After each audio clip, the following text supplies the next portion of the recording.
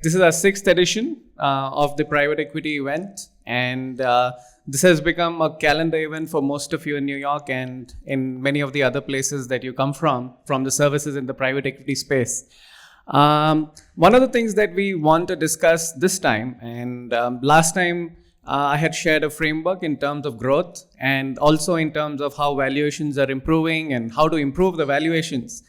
What we have witnessed from the fall to now is a complete change in the whole technology landscape and how we believe the future of tech services is going to evolve.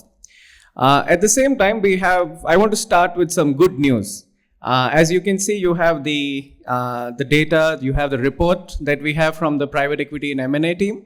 And the most optimistic portion of that report is the fact that the services or the tech services space has seen almost a 3x increase in the amount of deal value that we have seen, right? So if it was about $10 billion in 2023, we have seen about $30 billion of deals happening last year.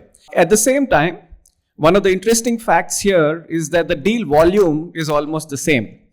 So what does it tell us? It tells us that people are looking for companies which are high growth, which are in specific areas, which command higher valuation. And also, the other thing that you would see is the private equities are paying top dollar only if the company is in the right space. Also, there is a significant premium that is attached for the size of the company. The higher the size, the higher the premium. Again, you have to match growth and revenue, etc. But that's a heartening trend that we have seen from last year. And going by what we have seen in the first 2 months, we believe that this should continue. The second thing, which is almost an anomaly, we have rarely seen this happen, and you can see the data from the last 5 years. The anomaly here is that the private equities have become more active than the strategics. I remember about 10 years back when we just started off in terms of looking at private equity and services and the mix. The feeling always was that there would be one day or 1 year where the private equities will take over the strategics in terms of deal making. I think that year happened last year, and it's been a few years coming. But the quantum of the separation also is very interesting. If you see, the private equities invested almost about 2x of what the strategics invest. And if you look at some of the deals have been, even though some of the deals that are made, and we have some of the orchestrators of those deals, for example, if you look at Cognizant and Belcan, this was one of the largest deals we have ever seen in the whole tech services space, especially in the engineering space. We saw interesting deals where, and again, they're in the room, right? We have Sunstone and KMS, Vietnam-based technology services company. A lot of interesting deals have happened, which have broken away from the traditional mold. One of the things that we did not see, and to the chagrin of the strategics and PEs, is a drop in valuation. Yes, last year was a difficult year for most tech services, but there was no drop in valuation, right? The valuation expectation is still high. And maybe that's why we are seeing everyone being a lot more selective in terms of where they put their money, and also relying on scale as one of the metrics of having a stable or a solid company. Interesting times. We hope we are predicting this to continue in this year. And if you read the report, there are a lot more details in terms of where these deals are happening, who are the type of companies that are creating these deals, and what kind of valuations can you expect. In fact, the team has mapped every single transaction that has happened in this space last year. Now, coming to the point on valuations, right? So one of the things that I mentioned last time was the whole applicability of Rule of 40 in the services space. But it's not only growth and margin, right? And one of the, when we went into the depth of it, and one of the things that the teams did was look at more than 50 plus transactions over the last 2-3 years.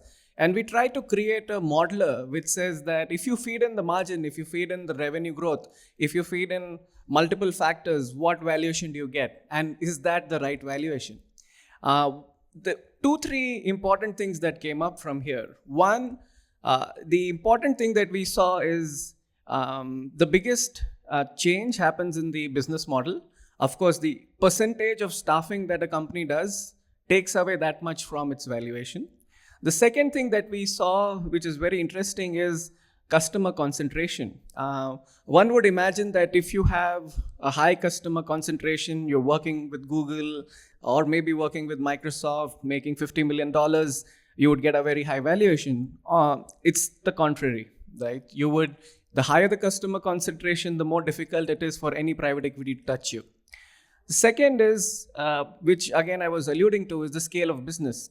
The scale of business, irrespective of what we do in the business, it has now become very important factor in the valuation game. Fourth is, where is the revenue coming from? And there are 2-3 aspects that are not here. For example, what is it that the services company is doing from, say, the horizontal scale? Are you in a space which is a growing space? Are you doing analytics, or are you doing infrastructure management? Are you doing in a vertical which is growing versus a vertical which might be looking at stagnation? Those are some of the things that come into this. In fact, the team has a very interesting parametric equation to kind of model this. One of the things that we are trying to do is look at a company, and when we do our diligences, try to figure out what is the optimal valuation basis this and historical data. I wish we could create an agent for it. We are going to work on that pretty soon, I guess. However, one of the things that I want to talk about today is the fact that whatever we have seen in the past might not be something that we see in the future. What we are going to witness, or we have witnessed in terms of AI, Gen AI, the future agentic AI or AGI, these are massive transformations which are going to change the way a tech services company works. It is already changing the way enterprises look at things and manage things and create new products. And I'm going to talk about some of the biggest disruptions we are seeing because of that. The first one is software eating services. I hope you all had lunch. There's a lot of eating going on here. So first thing is software eating services. Second is, are we going to see the end of SaaS companies? I know there's few SaaS leaders here, so I'll talk about that.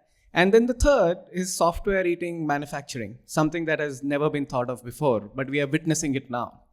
And I'll just start with a context slide. What we have seen is agents hitherto were only disrupting the digital world.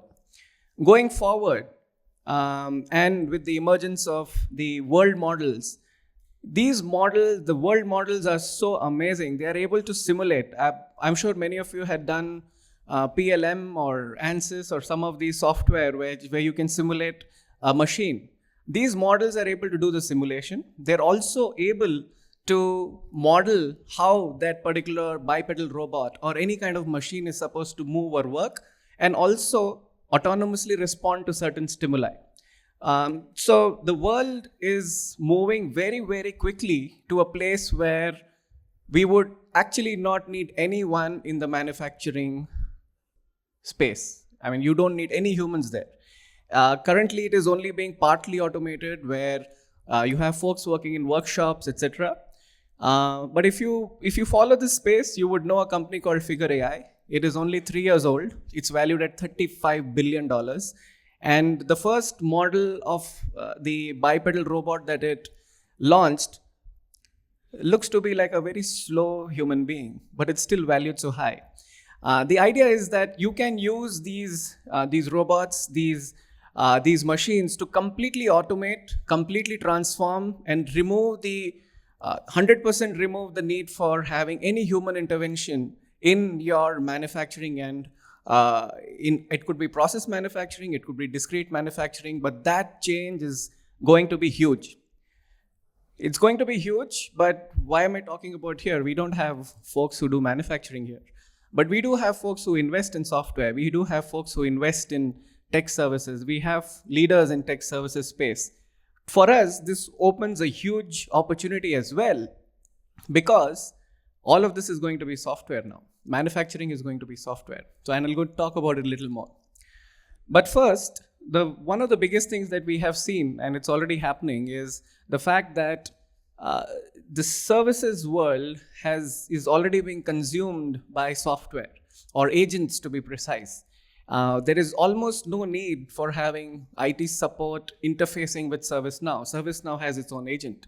Same thing with Salesforce. Same thing with many of the other, even physical interaction. Waymo doesn't need a driver anymore. So all the services that were typically human dependent are not going to be there anymore. So does this mean that the whole component of services is going to go away? Yes, it will. The second thing is the whole departure from the reliance on SaaS companies. SaaS companies, just like their predecessors of on-prem companies, created or are creating these software which are partly customizable, partly configurable. But in the day and age where every company needs hyper-personalization, super customization, many of these SaaS off-the-table products do not make the cut. And when it is super easy to create an agent or to create a code, which is as simple as writing it down and within 2 minutes it is produced, everybody now wants their own customized or AI native SaaS application or AI native SaaS agent. And we are seeing this happening across different enterprises. It is being enabled by the massive advancement in the agents that we are seeing. But there could be a scenario where many of these SaaS companies, or at least the market in which these SaaS companies operate, is going to diminish. And thereby, who is going to win here? Are the soft SaaS companies going to win? Or the tech services companies who help create these native applications, or these SaaS native AI native SaaS applications going to win? I think that's something that we want to see. But this is something that we are already seeing happening at a pretty fast rate. The third thing, like I mentioned or alluded to before, is to me one of the biggest and most massive changes that is going to happen through the world of AI impacting the world of manufacturing. Till now, I remember 15 years back making a presentation saying that the aeroplane has always looked like this since the Wright brothers invented, right? Nobody ever made any disruption in that. Yes, the airplane will still look the same, but there's going to be a massive disruption in how that airplane is going to be made. There's going to be a disruption in how every automotive is going to be made. And that is where we believe is a tremendous opportunity for folks who, even those who don't understand the space, there's going to be a huge opportunity to enter through the route of pure software expertise or AI and software expertise. And this is already happening. The company, one of my favorite companies, Figure.ai, it has already signed up with BMW to be deployed in their Colorado plant in a very short while. Elon Musk's company, Olympus, they are saying that their manufacturing cannot keep up with the demand that has already been placed on them. So one of the things that we will see from next year is superheating of demand for all bipedal robots or any kind of companies that are able to create this using robotics. Now I move on to a place where what we believe is going to be significantly disruptive for the tech services space. And it's going to start from the tech stack itself. The tech stack as we know it is almost already obsolete, right? So the infrastructure layer maybe is almost the same. But beyond that, the way the whole AI agent architecture is orchestrated is very, very different.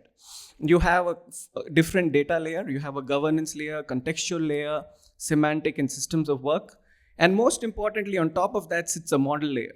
Now, model layer is not only for the $200 billion investment OpenAIs of the world. Companies as small as 20, 30 people companies are creating their own small language models or language models which are custom made for an application which could be as simple as finding a hotel room, right? And this is where a lot of the work in terms of tech and tech services, hands and legs work is going in. On the data layer and also on the model layer, a lot of companies, there are companies with 10, $20 billion valuations who are doing nothing but supplying data to create these LLM models. The third, obviously, is the application layer, where somebody has to create the agents, manage the agent structure, and look at how to even keep them up to date. So this is where we are seeing a huge disruption in how any tech services company needs to operate in the future. And obviously, there's a horizontal layer of security and governance. Security and governance in an agent world is going to look different. I wouldn't say it is going to be massively different, but it is going to definitely be very different. Does this scare you folks? This slide is supposed to say that you should not be scared. This slide says that if we think about it correctly, this change is going to open up an opportunity of at least $100 billion in the next 3 years. And the opportunity is across the different tech stacks that we saw. And one of the things that the team did is to speak to multiple folks, look at what kind of opportunity is there, especially from a tech services space, in creation or deployment or enabling many of these areas. And that's what you see at the split. And one of the things that came out is the enabling layer, which is the AI, ML, or the LLM area, or even the experience area of creating some of these agents and managing these agents is the biggest opportunity for tech services companies.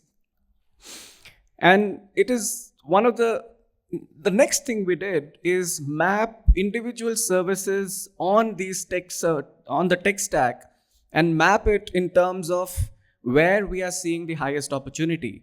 So what you see, as a consultant, I cannot do without a 2x2. So this is your 2x2.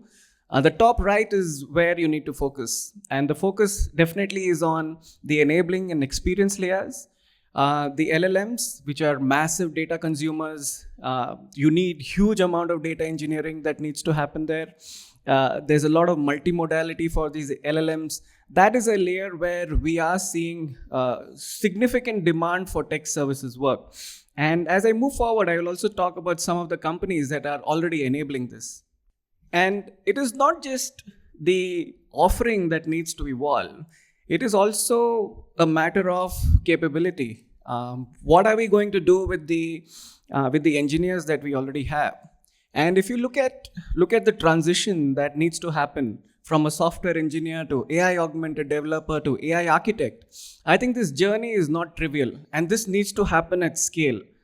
Some of you in this room have 20,000, 30,000, 40,000 folks working on software, right? How do you enable them to make this journey faster, better, quicker?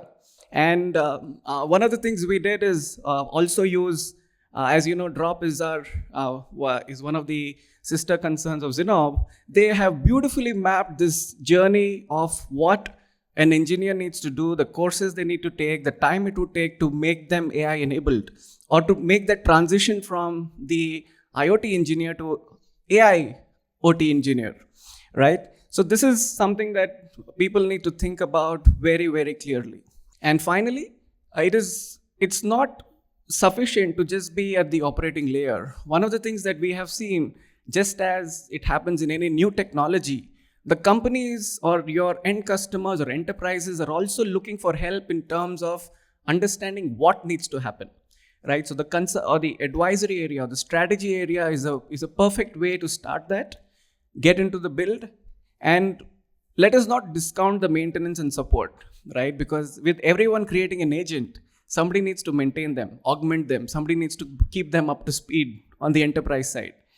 And if you look at partnership, the world was very simple. You need to have a partnership with either Google, Amazon, Microsoft, Salesforce, ServiceNow. But you look at the number of companies that are there right now. Who do we go to? Where do we go? It's going to be a complex exercise going forward. The final slide that I have is us thinking about what might happen in the future basis what we are already seeing. I see a significant set of veterans of this industry in the room. And you could relate to this, right? The first wave was the infra companies who gave computing to the world, right? And the IBMs of the world, the CSCs of the world. The second wave was where we were writing, we were creating the apps that are needed to sit on this compute. You had the Infosys of the world, Accentures, Cognizants that are here. The third wave is where we saw emergence of digital engineering firms. These are the companies that specialized in more cloud native work, working with SaaS companies, being faster with partnerships. And we see some of those leaders in this room right now. But are these companies the same ones that are going to win in the future? I don't know. It depends on how they react this year or in the coming future, in the near future. However, one of the companies that we have seen that is one of the newbies in the space, so if you look at somebody like Levi Hertz, somebody like Turing, these are companies that are already at the forefront of creating or helping companies like OpenAI and Google create some of these models, help them with synthetic data, look at how to create scale when it comes to agent creation and deployment. And I think a lot of you in this room might know the company called Turing. Its revenue is only about 300 million, but its valuation is about 3.5 billion. And the reason it's valued so high is because of the work it's able to do with some of these companies and in this space. So with that, I will close my session. And we have great panelists. All of them are here to discuss AI and its impact and how an investor should think about it, how tech services companies should think about it. And for us, as a student of this space and as consultant, this is one of the most exciting times. So look forward to interacting with all of you and definitely look forward to the sessions today. Thank you so much.